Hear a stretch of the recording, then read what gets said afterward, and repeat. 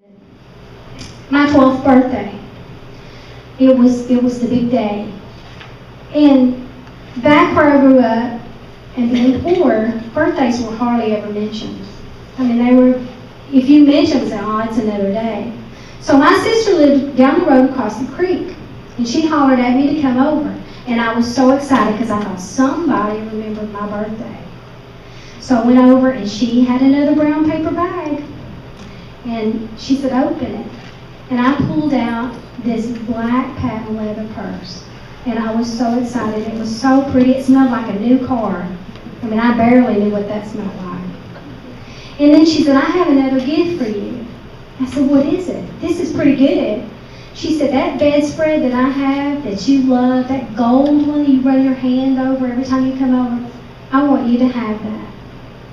So I took the bedspread home and I put it on my bed.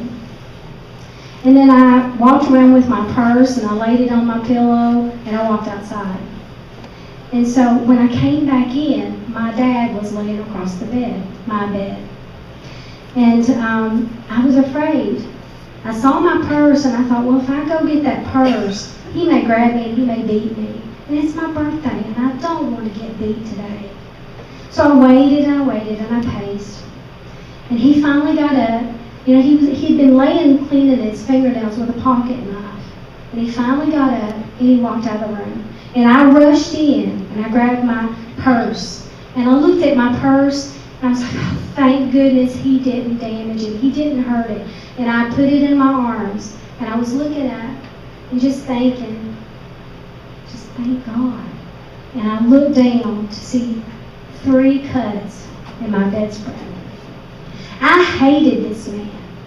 I hated him with everything in me. And I was so mad. How can anybody be this cruel